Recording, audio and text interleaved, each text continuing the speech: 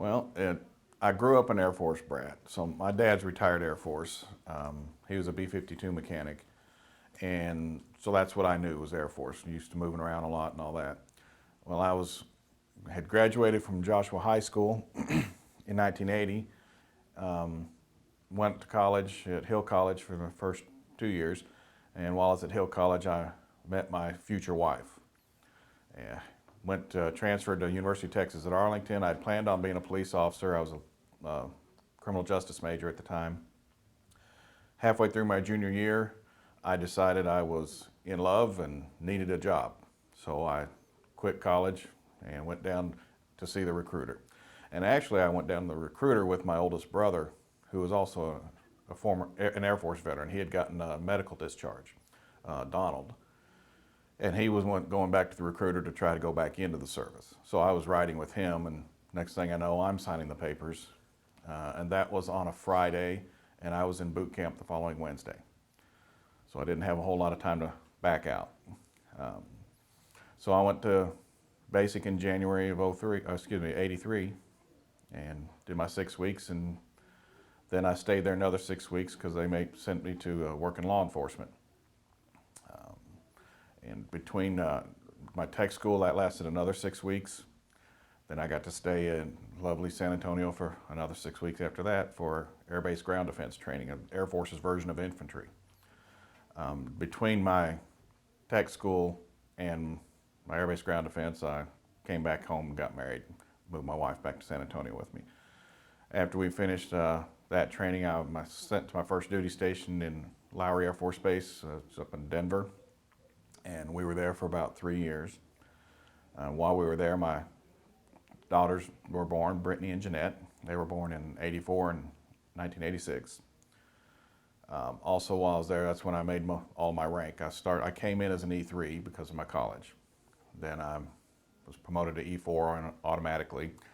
And then I tested for E4. They had an early promotion system called Below the Zone. And you were nominated by your supervisor to compete for a stripe. And they would ask you everything from customs and courtesies questions, same things you would be tested for on a written promotion exam, current events, all that. So I made it past my squadron level and then up to the base level. There were 3 stripes given out on the base, and I was lucky enough to get one of them. So I made E4 in 2 years. Then I tested for E5 and made that my first try. So I made rank pretty quickly at first.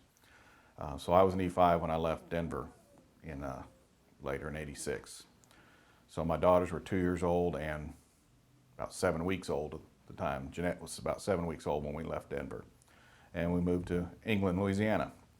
That was an A-10 base, which was tracing their heritage back. That base was descendants of the Flying Tigers from World War II.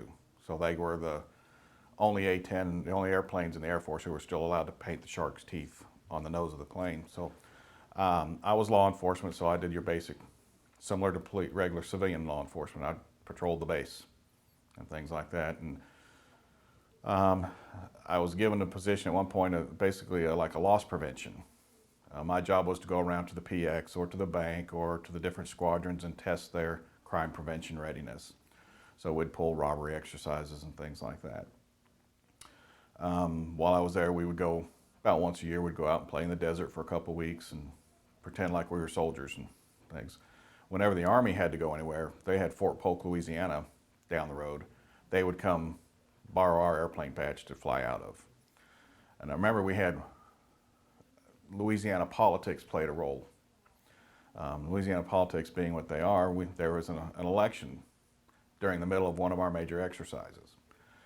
And we had an unauthorized aircraft land at our base that was not part of the exercise. There's a helicopter just landed in the middle of our base in the middle of an exercise. So we had a bunch of troops surrounding this helicopter. Half of them had live rounds, half of them were part of the exercise with dummy rounds. And fortunately, we were the only ones who knew the difference. As it turns out, it was one of the candidates of, I forget exactly which office it was, but I think it was a state level office they were seeking. And the media happened to be ready.